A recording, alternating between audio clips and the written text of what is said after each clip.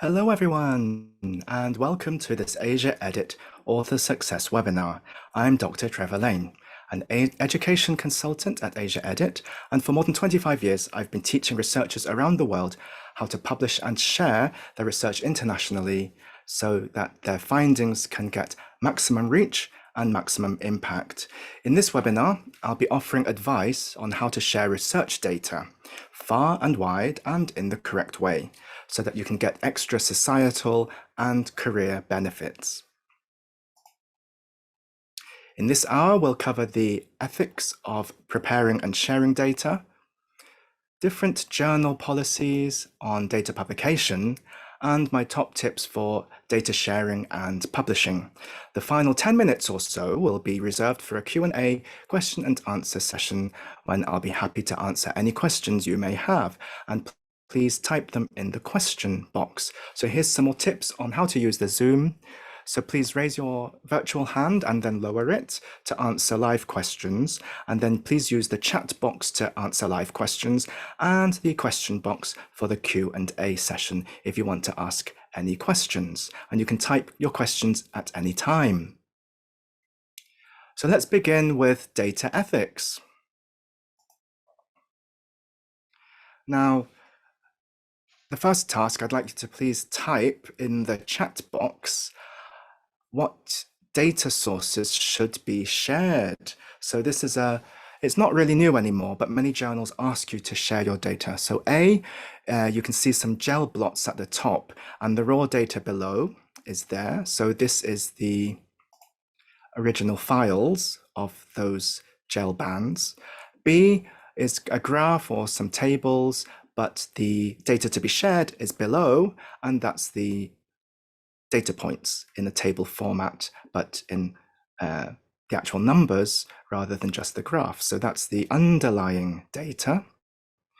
Or C, maybe there's a graph, but the journal wants you to share the full set of data. So it could be just the aggregated patient data, but they want you to share the underlying IPD, individual patient or individual participant data, of course, after anonymization. So please type in the chat box which of those sources you think should be shared with the journal and with the general public, A, B, or C.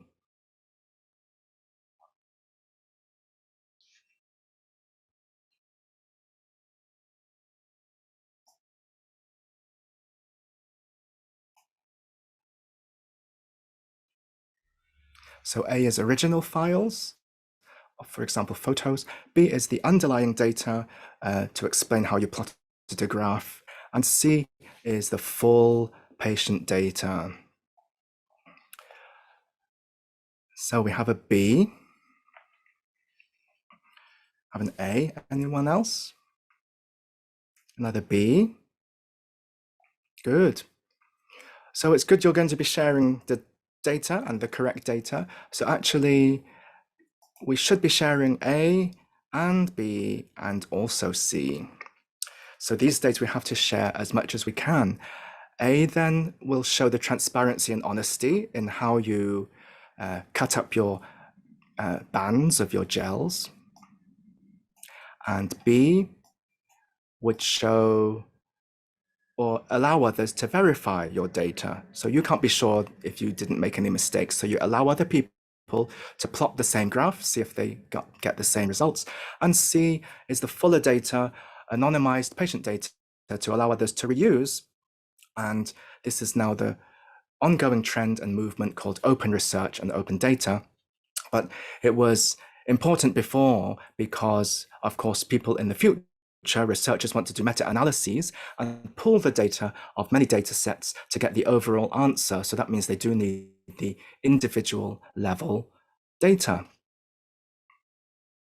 So it's important now to share your data, and actually many universities, for example, the University of Oxford, which is where I studied, has an open research or open science or open scholarship web page. So it's the same terms or different terms, but it's the same thing: open research, open science, open scholarship, and it applies not just to technical and scientific subjects, but also social sciences and humanities. It's anything that has data. So they define it as the practice of research that enables others to collaborate, validate, and contribute, where research outputs, data protocols, and lab notes, and other research processes are freely available under terms that enable reuse, redistribution, and reproduction of the research and its underlying data and methods. So it's data plus methods, and we have to share it for free if you can. So this will entail some concepts you may have heard of, and we'll touch on these today. So open access, which is free online access to research publications. So not just paid subscriptions for the reader to pay. So open access for the reader. Open data, which is the sharing of data for scrutiny and reuse to drive transparency, improve cooperation, and strengthen the quality of research. And actually, last Saturday, March the 5th, was International Open Data Day. So they're trying to make it an international thing. And of course, this allows others to reproduce your work, and it's part of research integrity, which requires adherence to consistently high standards together with openness and transparency, thereby securing public trust in and support for research, while also ensuring that research findings can be used as effectively as possible. So this is the trend these days. It's part of research ethics and integrity, and universities now are starting to reward authors and researchers for sharing their data. This is for the public good, to help people around the world. So there is a movement away from the traditional metrics like the impact factor or citations. So responsible metrics now are trying to reward researchers for sharing their data publicly.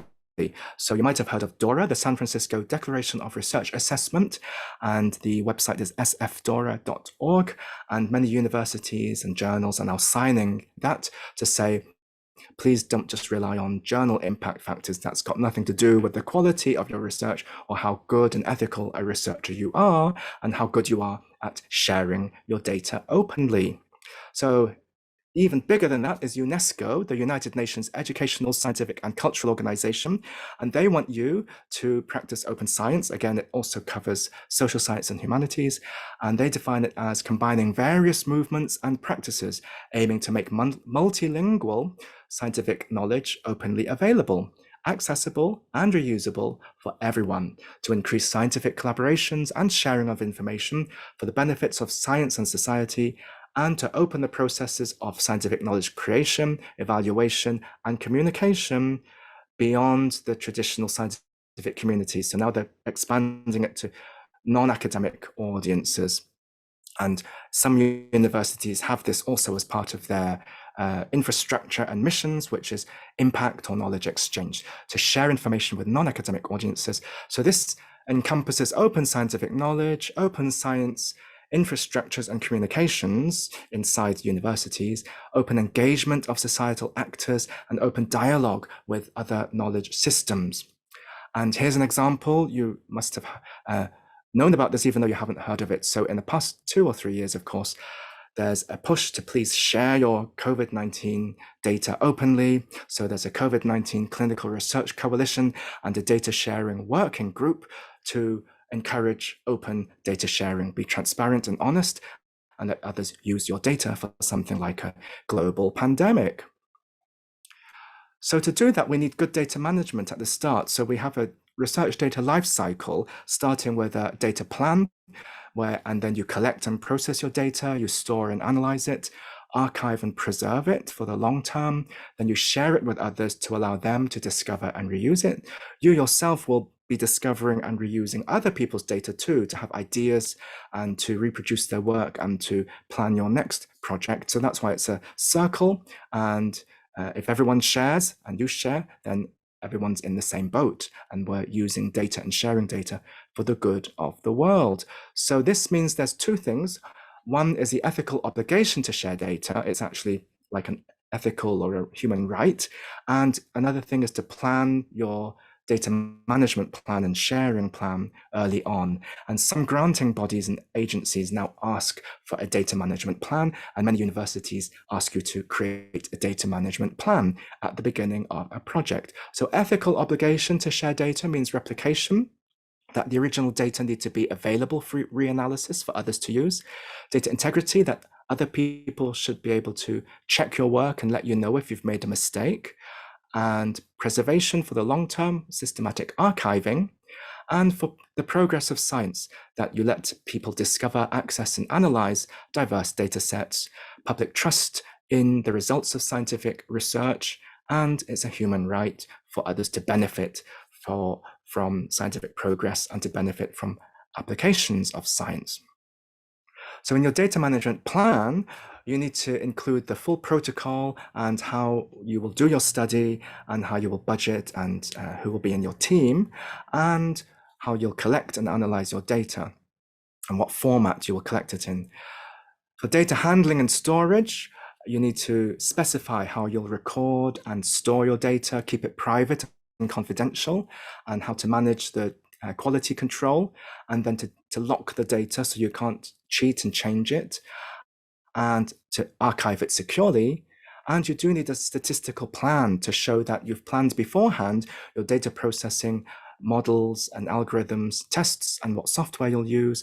And also if you'll be creating software, and the code book, which will be like the explanations of your data. So for example, an Excel sheet, you'd code questionnaire items 1, 2, 3, 4, but then your code book will explain what were there in the questions 1, 2, 3, 4, or you might just have M or F for male and female. So the code book will let people know what the shorthand codes mean in your data set. And then, of course, responsible sharing and making your data accessible to others. So this means having the correct metadata, which is the descriptions of your data, the code formats, what journals you'll publish in, what databases you'll use, and then whether you'll have your data available with DOIs, digital object identifiers, and how you will share your data widely. So there is actually a free tool online called the DMP tool, which is at dmptool.org, which is actually a university's site, but they've created a free data management plan tool for you to use, so you can plan your data handling, plan your sharing, and plan your analyses beforehand.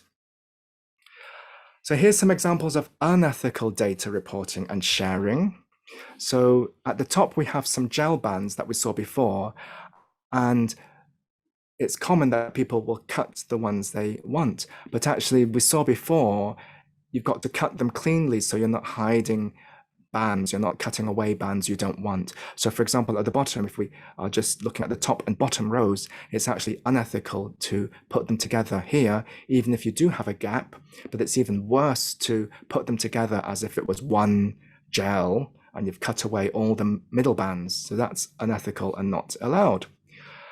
The next thing is to do local changes to your images, for example, getting rid of outliers or removing bands you don't like, or increasing the intensity, increasing the brightness and contrast of little bits. So you can't do that. You can enhance the brightness of the whole photo if you need to, but then you have to explain to the journal what you've done and give them the raw image, the original image. So be transparent, be ethical. Don't publish or share identifying information, family photos, ID cards, any identifiers, social security codes. Make sure they're anonymized, and don't publish or share without consent from participants or patients. So even machine tracings or even photos that don't show their face, now you have to get patient participant consent to publish their data and share their data. And finally, don't keep publishing your papers about your data. This is duplicate or redundant publication, so journals don't allow that. And for example, if you analyze whether a drug works, but you keep publishing the same paper, then it looks like you did 4 studies showing that the drug worked. And then when someone does a meta-analysis later on, it looks like it's a very good drug, but actually it's the same study repeated 4 times. So be careful of that. And be careful when you analyze or collect your data. Of course, don't make up, don't cook the books, don't fabricate your data, don't falsify, don't stretch the axes, or here we've expanded the pie a little bit. Don't copy someone else's data or paper. Get ethics approval and consent. So approval for the study and approval from the consent from the patient to collect the data analyze and publish their data, and to share their data. So we need 3 types of consent these days. Be careful of underpowered studies, so just 2 animals isn't enough. And sampling bias. So here we've chosen the slice of cake which has all the fruit on it, but it might not be representative of the other slices. Cherry picking is picking just the positive results and trying to hide the negative results or the results you don't like. And hiding data and hiding methods so other people can't repeat your work. Or fishing trips where you trawl many data sets just to find something that's positive to report.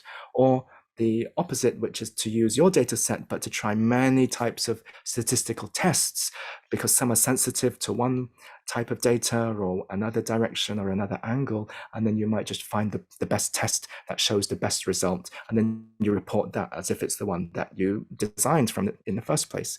So don't do that. That's why we need a data management plan and statistical analysis plan. And even worse is to do all these things retrospectively and then do HARC, which is hypothesizing after the results are known. And then you pretend that that was the hypothesis you were testing all along. So this is unethical. If journals find out, they'll retract your paper. So don't do these. But do share your data, your ethical data, and share it in an ethical way. For example, your university may have a public repository, so it's got to be public.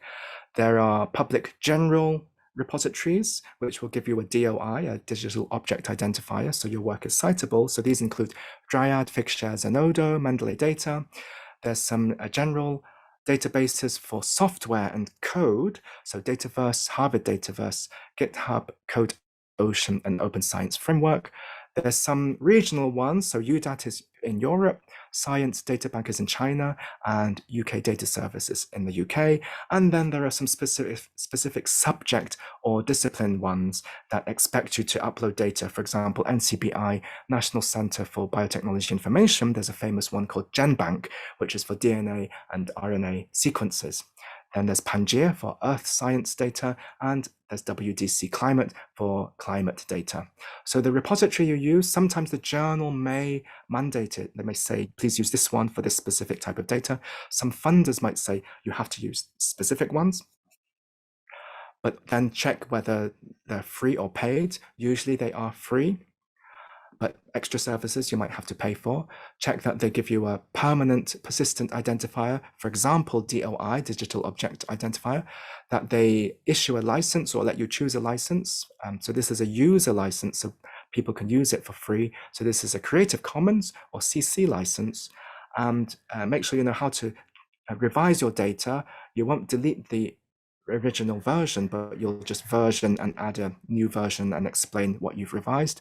So updates and versioning, and some allow you to lock your data so the public don't have access until a certain date. So you might want to upload your data because you're sending your data to a journal for peer review, but then you don't want to make it public quite yet until publication or until you've finished analyzing your data. So you can set an embargo date. And then there's something called the FAIR principles, and we'll talk about that more in this section. So now we go on to journal policies. So what do journals want from you? So there's different types of data. So can you type in the chat box some ideas, what you think are forms of data that can come from experimental data or observational studies, observational data. So type in the chat box what you could share, or actually what you should be sharing publicly.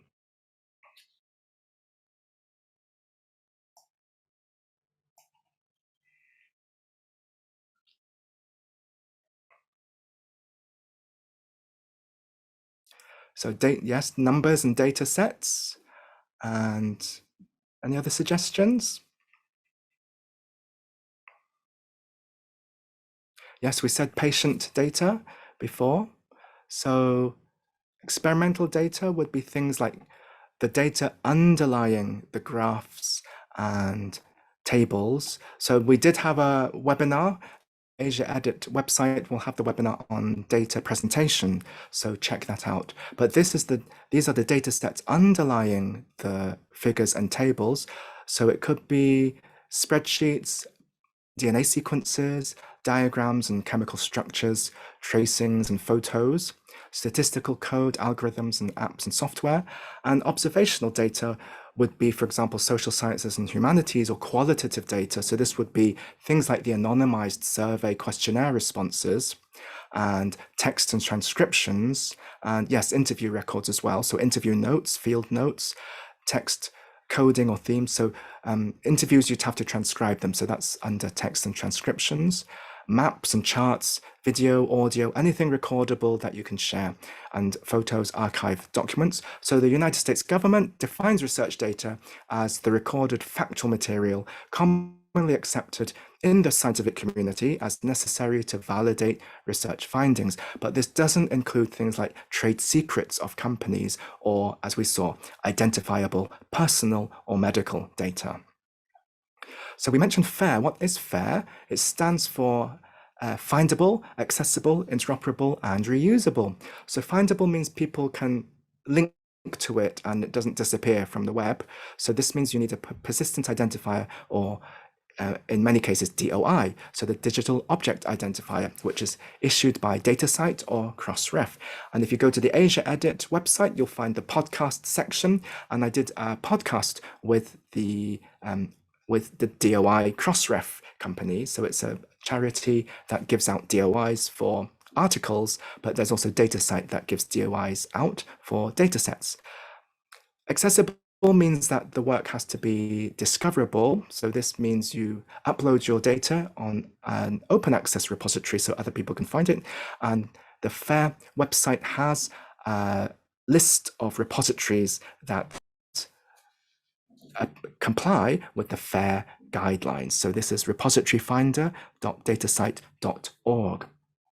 Interoperable means that people can use the format, so the file type has to be common and not a proprietary file type, and use a controlled vocabulary, controlled language. So instead of Excel files, it's best to upload .csv files.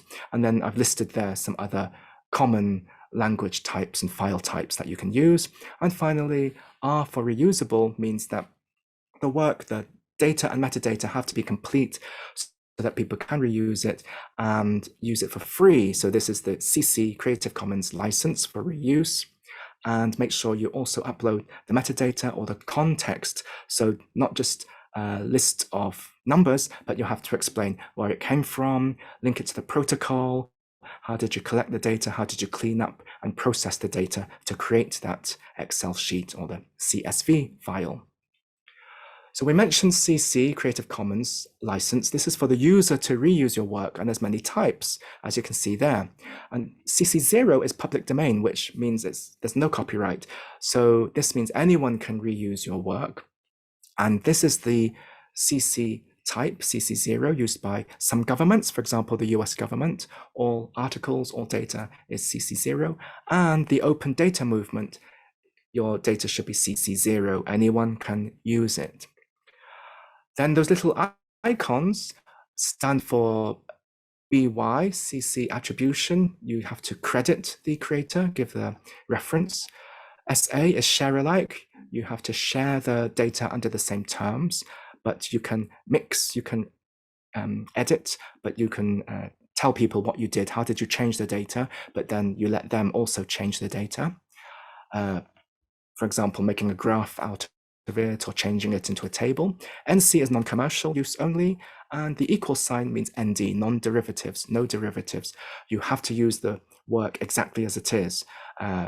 So you can't just take one graph from someone's article. You have to use the whole article as it is. So that's quite restrictive. So we see you can mix and match them, and the bottom one, CC by NC ND, is quite restrictive. So attribution, citing, but not commercial, no derivatives. You have to use it as is. So that's not really in the spirit of open access and open data. So open data would be CC0, public domain, or CC by attribution. You just cite where the data came from. So an example would be copyright 2022. This work is licensed under a CC by NCND 4.0 license. As we saw, that's not a very generous license, but the actual copyright itself, be careful. Either the author can keep it or you sign it to the publisher. So be careful when you do sign copyright forms. And there is a list on Sherpa Romeo the website. The notes will have the clickable PDF.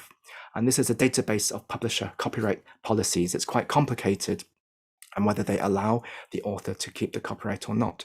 But data sets cannot really be copyrighted, so it's going to be CC BY or CC 0.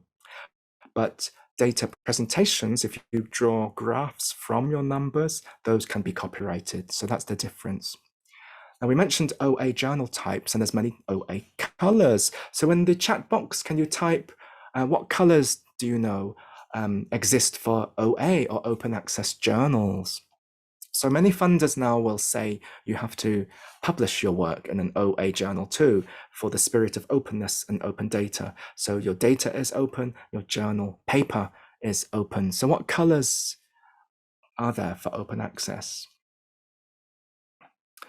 Yes, gold is the famous one. So there's gold, there's also diamond or platinum, there's bronze, black, and then no color, but it's subscription or toll access or paid. The reader has to pay. So gold means online articles are immediately free to readers under one of those CC licenses, and the author may have to pay an APC or article processing charge. Not always. And a subset of gold is, so this is free to read, a subset is diamond or platinum, which is free to read and free to publish. So online articles are available for free for readers under a CC license, but there's no author fee, no author charge, no APC. Now, technically, bronze and black are not OA, not properly open access. So bronze is where a journal just, there's no really system to it, or they randomly put some articles online because it's COVID. So the articles go online, but there's no real system to it. It's not with a CC license. So there's no guarantee it could stay open access in the future. They could take it back down and make it paywalled, make it payable. And black is illegal, free, open access. So someone's uploaded all your PDFs online. So toll access, there's subscription journals, but some journals may still allow some articles to be OA or open access, or they'll delay and wait a year and then put it open access with a CC license. But even though it's delayed, sometimes it's not immediate access, so it's not truly a gold open access journal. So this is free to publish, but not free to read, or you'll have to wait a year to get it for free. And hybrid journals, authors can pay the APC and choose to make their work open access. So the open access ones, the gold and diamond platinum ones, are listed in DOAJ if they are ethical journals. So this is the Directory of Open Access Journals, doaj.org. And again, look at the AsiaEdit website. I did a podcast with the managing editor of, or the CEO of DOAJ, to find out more about that. And the quality journals that fulfill 7 things get a DOAJ seal. So if they do extra things to make sure their journal articles are open access and available, then they get a DOAJ seal. So again, you can look and publish in these journals. They preserve their data, they have persistent IDs, DOIs, they have complete metadata. Users can mix and match the articles and reuse it. So it doesn't allow the CC BY NCND, but it allows the other CC BY types, which allow people for non-commercial use or commercial use, or to share alike. And the license information is clear in all the articles. The author keeps the copyright, so this is quite strict. The author keeps the copyright, and the authors can self-archive their own versions, whether it's the final version or the author's accepted manuscript or the preprint. So they give lots of rights to the authors. There's something else called the top factor that you can compare journals by, and the more transparent and open a journal is, the higher the top factor. So this isn't impact factor, it's an alternative to impact factor. The journal evaluation is based on top, or transparency and openness promotion, and it's a metric that reports the steps that the journal is taking to implement open science practices. So we saw open science, open research before.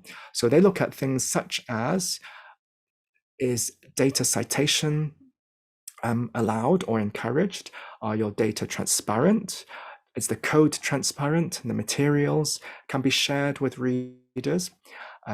Do you use design and analysis reporting guidelines to make sure that your work is complete and transparent?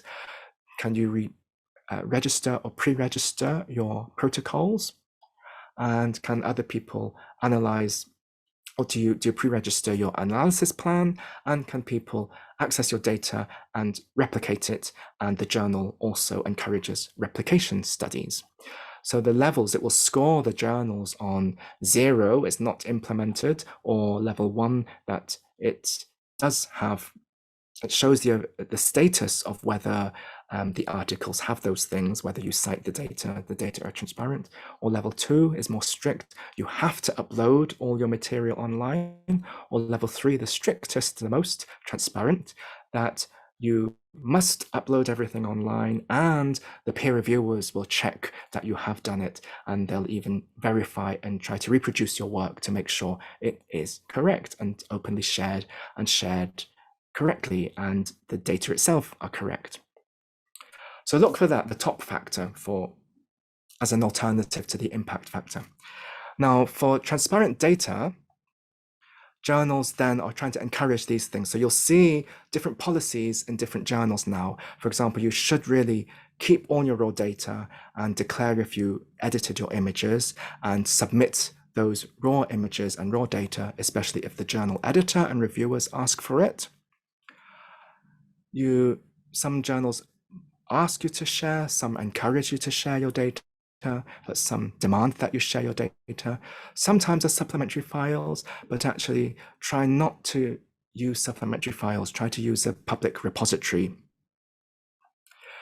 Then some journals may ask you to cite any data sets that you use, as well as cite where you've uploaded your data. So this allows everyone to use data sets and to cite it as if it's a reference. So remember DOIs, digital object identifiers. You can track where other people cite the DOI and use a paper or use a article or a data set that you've uploaded. So anything with a DOI is trackable, and then you'll have proof that your data set is being used by other people. So this is a way of giving credit to people for sharing, and to have it transparent so other people can find the same source of data. And in any illustrations or in the acknowledgement section, say if you have copyright permission, because if you use other people's data sets, remember there's copyright and there's also CC license. So there's two different things, and you might have to pay to use someone else's data. So you'll have to credit that and acknowledge it. Many journals now ask for a data availability statement. So this means you have to state even if the data are or aren't available, and where people can find it, or if the reader can ask you for it, and how they can get in touch with you. Then remember, I said the context has to be complete. So report how you collected your data. Use the Equator Network checklist. So this is a Equator Network website that you can search for. Or the journal might have its own reporting checklist that you have to use. And maybe you have to upload it and submit it as part of your paper. And some journals ask you to submit your full protocol and data analysis plan as a supplementary file, or you upload your protocol onto a repository or a website called protocols.io. So that's a good idea. People can follow your protocol exactly as you upload it.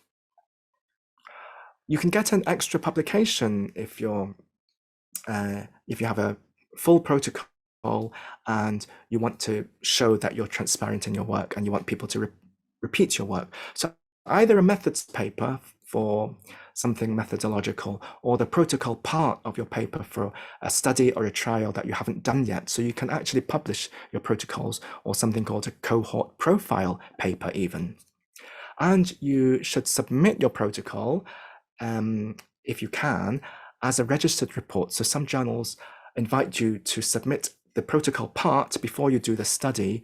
They'll peer review it, and then they'll promise to publish the full paper when you do get the results, no matter whether the results are positive or negative or inconclusive, because they're looking at the quality and validity and reliability of the protocol. That's more important than the actual results, because too many people just hide the results if it doesn't work. But actually, journals that issue registered reports and peer review that first, they'll promise to publish your paper no matter what the results. So that's being transparent and open as well. And finally, register any clinical trials, human clinical trials, online on websites such as clinicaltrials.gov. So you have to do that. And then you have to upload the summary of your results and the summary data table within 1 or 2 years after your study too. So that's got to be made public too. So check with the journal. You might have to upload your protocol and your results on a clinical trial registry. So here are some examples of data policies of journals. Scientific Data is a Springer Nature journal for data.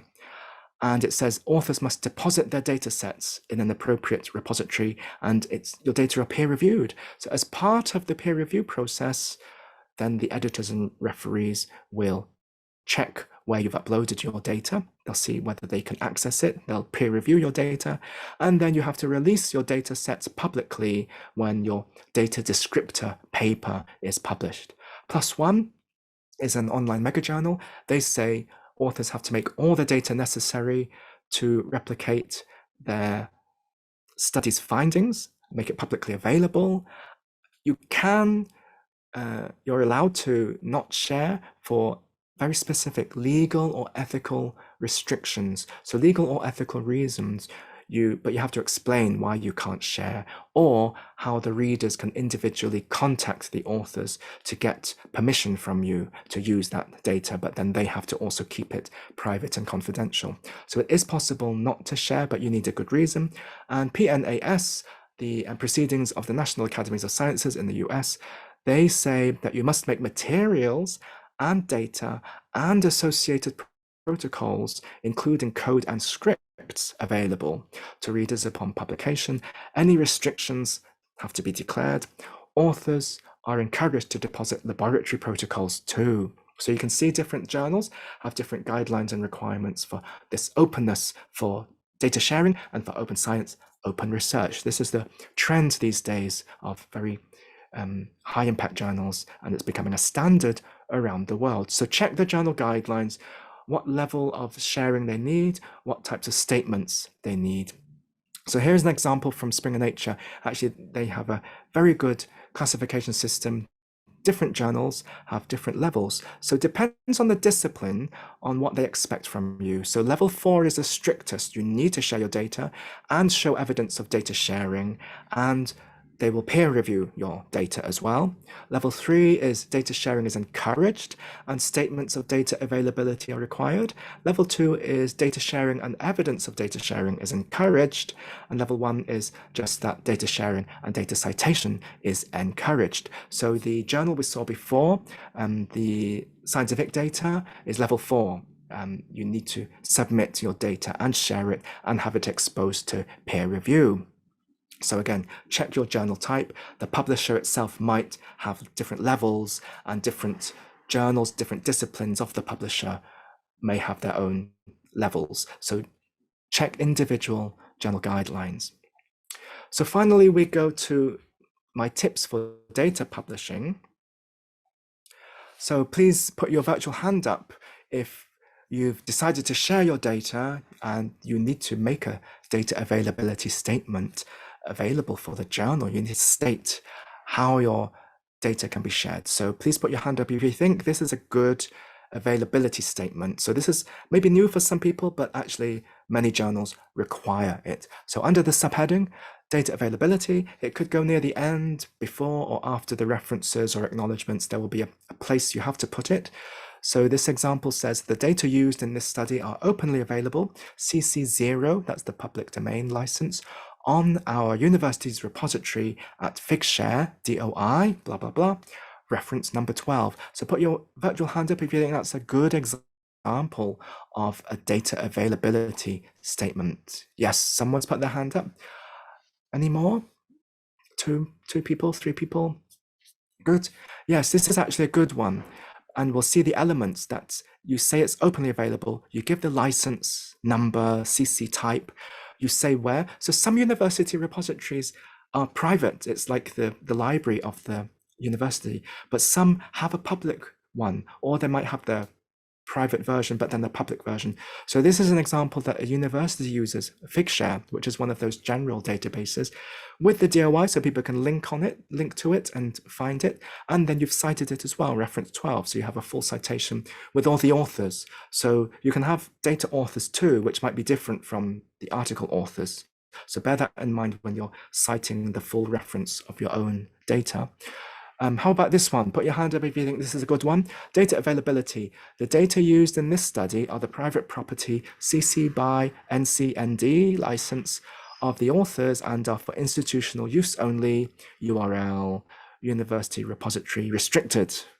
Is that a good one? So there's a few people who've put their hands up, but actually I put this one as a trick. This isn't a good one because you're saying people cannot find your data, and that's not a very good availability statement.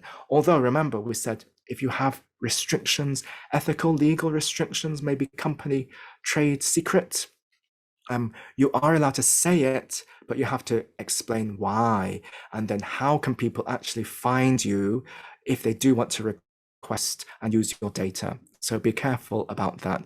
So it is possible to give a reason, but not like this. You can't just say private property, don't ask us. So you have to declare how can people find it. So here are some examples of the wording you can use for data availability statements. So this one, for example, says the data are available under a CC license. It would have been better if they say which one, CC BY, CCNC, CCSA, and they've given the website name Digital Corpus for Greco-Arabic Studies with a link. So they've said it's available in this specific repository with a DOI or other type of web link. And then they say the data sets for, it could be quite a detailed or messy analysis, so it's not kind of for public consumption, but they're still saying the data sets for the analysis are available if you ask us. So then you would go to the corresponding author with an email and contact them. So it's possible to say, please contact the corresponding author for other types of data, but we will release it, and then maybe there'll be some specifications how to use it, how to keep it private. Maybe you have to sign something to use it. Another example is all data generated are included in the article. There's no more data to share. So that's also possible. All the data are here in the tables or in the supplementary information. Or if it's a specific type, you can say the specific type of data is in the discipline repository. Remember GenBank for RNA, DNA sequences. So this one has a special chip sequence data under the gene expression omnibus database with the accession number. So this isn't a DOI, but there's a special code to identify that sequence. And then there's a URL. So you might have to list these instead of a DOI. Or you can say the data sets are available in the Dataverse repository. That's one of the standard ones like Figshare, Zenodo, Dryad, but they were based themselves on a public data set. So you may have used public data sets like a government census or a government survey online, and you may have changed some of the columns, moved it about, done some calculations, so that's become your data set. If you're allowed, so if you're given permission by the public data set that it was CC0, you can reuse it. Then you can cite where the original data came from. So if it's public domain resources, you list it and give the URL or DOI. So that's another way of doing it. Some special situations now. So if your data sets are owned by a company, a third party, you might have to say restrictions do apply. Please ask us, ask the corresponding author, and then if it's reasonable, we'll issue a license, but you might have to get the third party to also give permission. So it's still possible. It's restricted permission, but you give the details of how to contact you to get hold of the data and possibly reuse it. Or in this example, actually the data are sensitive. Sometimes it's not possible to remove all the patient identifiers. It's too complicated. So if it's still private or you can identify people from the data, you may have to say it's not openly available. But remember, don't do it like the second example on the slide saying, no, it cannot be shared, don't ask us. You have to say give a reason. It's not openly available because of sensitivity, such as human data, identifiers, but under reasonable request, under controlled access. So you might have to sign something, get ethical approval, and then promise that you also will keep it private and not share the data. So it's possible to have a private agreement with the authors. In the same way, if you want to use someone else's data under the same situation, you'll have to ask them for special permission. And finally, it's possible to say there's no data sharing because there were no data created in the study. So that's another possible special situation. So we're reaching the end now. So data papers are one more thing to talk about, that you can get an extra publication from your data to share it. So if you upload your data set, then you can advertise it and market it. And this doesn't count as redundant publication. So data papers like F1000 Research say that you can submit special articles called data notes or genome notes. It allows people to discover your data and reproduce it, and find new collaborators and get credit for sharing your work, and you can market it and let people know about it. So this is like a little advertisement for your data. And F1000 Research actually helps you upload data to Figshare if you have trouble doing it yourself. So they give you instructions on how to write the paper. So this is not IMRAD anymore. It doesn't follow introduction, methods, results, discussion. Follow whichever guidelines the journals put out. So different journals will have different styles. So the main body here says introduction, methods. You can link to protocol.io for your protocol, dataset validation, ethics, clinical trials section for all those extra declarations, and then data availability statement with a link, with a license, and reporting guidelines if applicable, consent if applicable. So here the article does not have analyses or results or conclusions. So it's just an advert to explain that your data are available, what they are, where to find it. Here's an example for some COVID-19 data. Other journals that allow you to submit database articles are BMC Medicine, BMC Bioinformatics, Botanical Studies, and then something called data papers in Ecology or International Journal of Robotics Research. There are actual data journals, so all the articles are about data, so you can market your data even more. So GigaScience, Gigabyte, and again, AsiaEdit has a podcast that I did with the chief editor of GigaScience. So this publishes data and data sets on big data, and then Gigabyte is anything that isn't big data, but there's scientific data from Springer Nature, and the other journals here, Elsevier has one called Data in Brief. So all these journals publish data papers that you describe what your data are about, where you got the data from, explain or link to the protocol, and then say how people can use it, how is your data useful. So think about this when you share your data. You can get an extra publication out of it. But if you look for data journals and you look online, do be careful of predatory journals. So remember the Think, Check, Submit website, thinkchecksubmit.org. Make sure you follow the checklist to make sure that your possible data journal is a real ethical one. It's a member of DOAJ, member of COPE. So check it's not predatory. So here's an example of a data paper from Scientific Data. So they call them data descriptors, and they give all the word count, even unlimited length, for methods, data records, technical validation, usage notes, code availability, and you can even have figures and tables, but not the actual data. These are like describing your data. So here's an example of a data descriptor of some COVID data, and the section called usage notes is where you explain. So here it says COBAP database can help biomedical scientists and also social scientists and policymakers, and then what you'll do in the future about that data set. We plan to record and do this. So you add to the data set and explain how it's still living, how people can use it.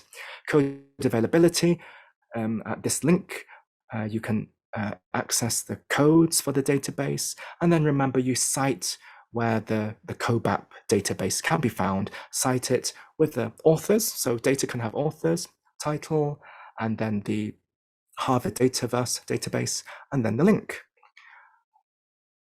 Now, to finish off on citation, make sure you do learn how to cite data and look for some samples in the journal to do this. So a full version would be this: the name of the creator or authors, date of publication, the title and the version, and resource type. Here it's data file and codebook.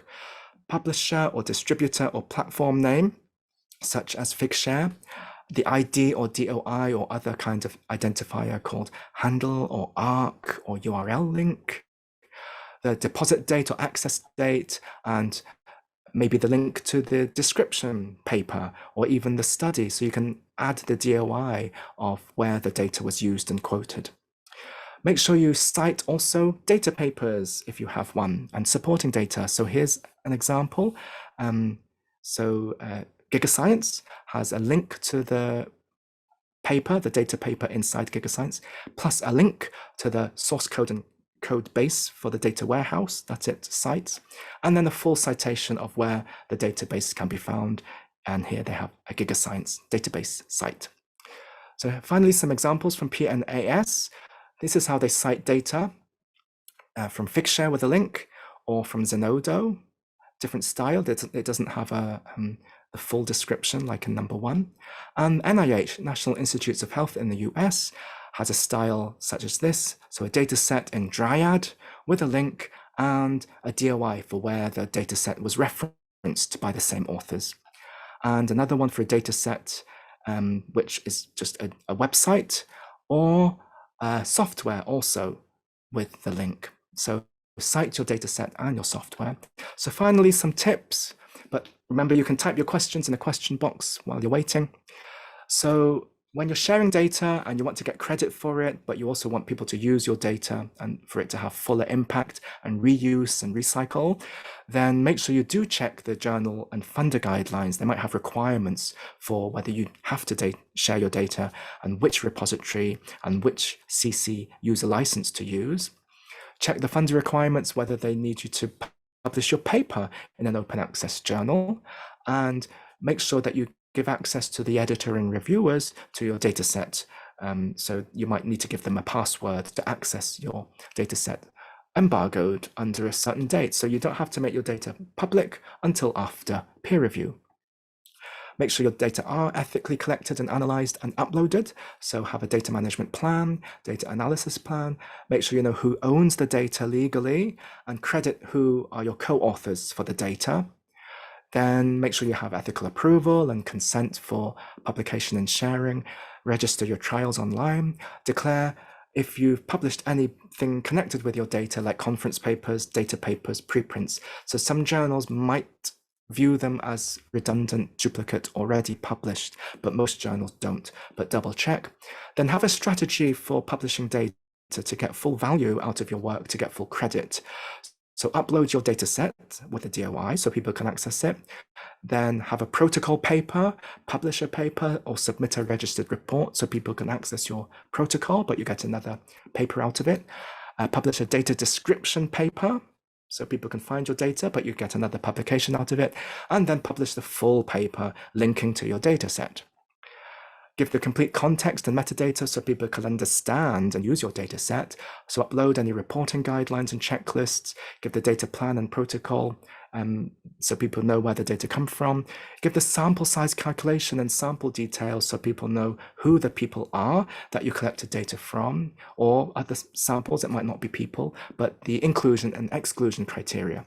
And also the primary and secondary outcomes, because the power of your study and the data should have been geared towards a sample size calculation for the primary outcome, not the secondary one. So make sure people know what was the thinking behind the primary outcome variable and the power, statistical power and sample size calculation of your data.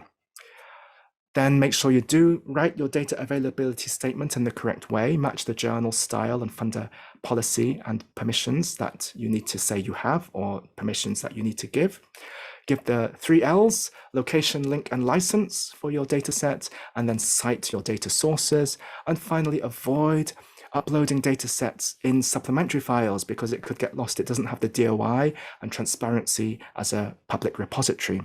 Don't sign away your copyright if you can help it, and don't use third-party data illegally, don't publish in predatory journals, and make sure that if you do publish your data or a data paper or even your research paper, you can't really promote it to the media without permission from the journal. So some journals have an embargo that you can't publicize your published paper until a certain date because the journal wants to be the first place to publish. So make sure, I know you want to advertise, market your work, get people to use it, but do check the journal policy. There might be some embargoes involved.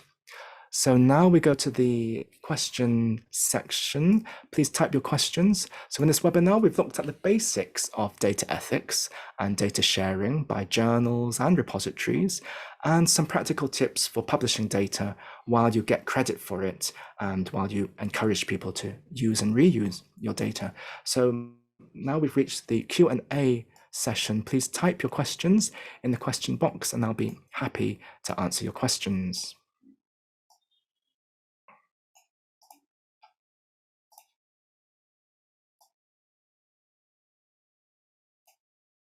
So yes, some people wonder what data to upload.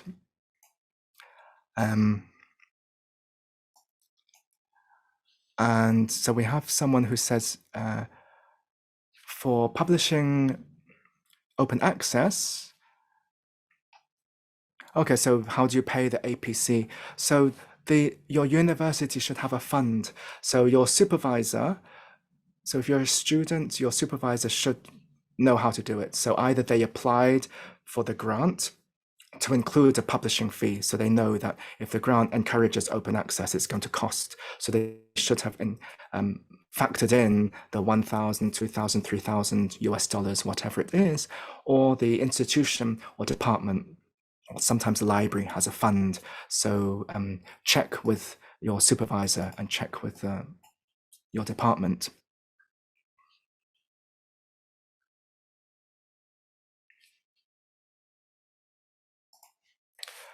Another question.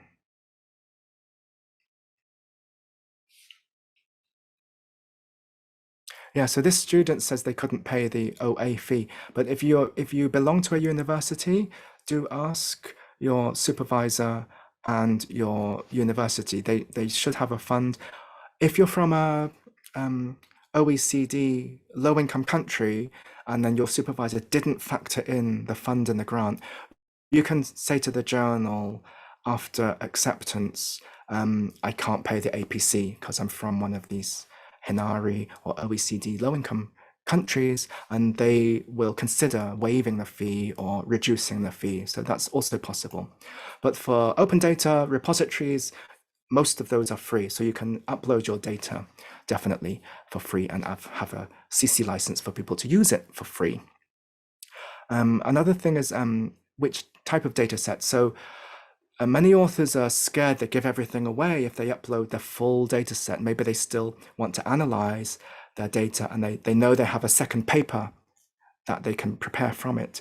So the point is minimal data set. So some journals will say minimal or underlying data for the data set. So if you do a graph or have a table for your specific paper, then it's only the data points that created the graph or the table. So journals know that you normally would have more data to analyze and to discuss and publish. So do what's sensible, talk to the journal. You can explain to them, oh, this data set is nearly the full one, but I still need to use it before publishing the data set, making it public. So they'll understand, they might let you embargo it and they'll know that you uploaded it, but it's hidden, locked by a certain date. So they'll negotiate with you, when will you publish your second paper? When will you finish the analysis? So you still have to be fair. If you're promising to make it open, then at least have a date, a deadline for making your data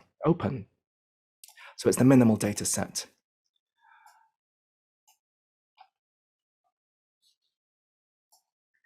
Okay, we have time for a few more questions. Another common question I get is how do you upload your data if your university has a repository, but it's the private kind. So some universities require you to upload all your data, which is a good thing for archiving and preservation, but it's like a private version, like a library. So in that case, you'd have to talk to your university about what kind of agreement they can give you to share your data. Most universities will know about sharing the data as well, and open science, open research, but there might be slight tweaks to the system. So make sure you know who owns the data. If it's something like the original data set with all the private information, so the really raw data with all the original information, the people's identifiers. So you keep that private, of course, and secure in your university's repository. So that's a good way to keep it private.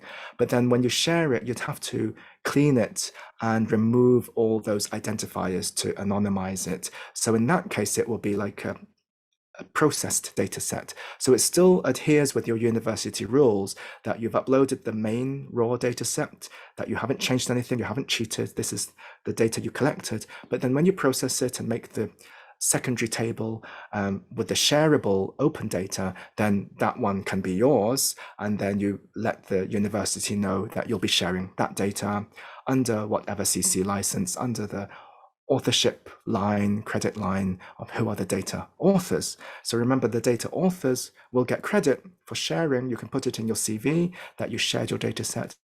And the data authors might be different from the actual paper authors who write 1 or 2 or 3 papers from that data set.